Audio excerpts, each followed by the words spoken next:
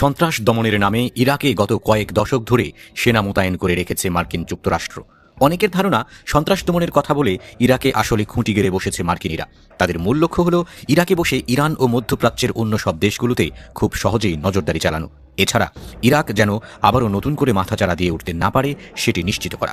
কিন্তু সাম্প্রতিক সময়ে নানা কারণে ইরাক নিয়ে নিজেদের কৌশল পরিবর্তন করতে এক প্রকার বাধ্য হয়েছে আমেরিকা। তাই ইরাক থেকে নিজেদের সামরিক জোটের কার্যক্রম গুটিয়ে নিতে যাচ্ছে দেশটি।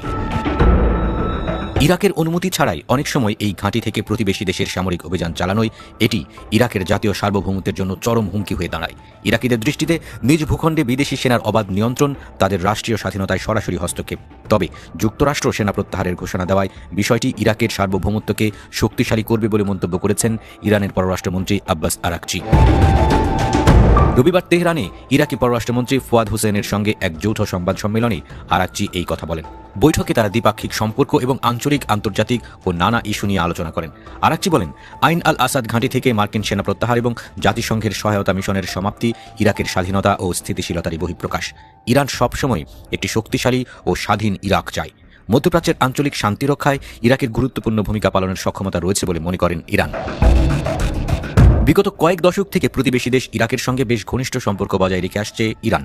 নিরাপত্তা, আইএস বিরোধী যুদ্ধ, সন্ত্রাস দমনসহ ইরাককে গোয়েন্দা সহযোগিতাও দিয়েছে তেহরান।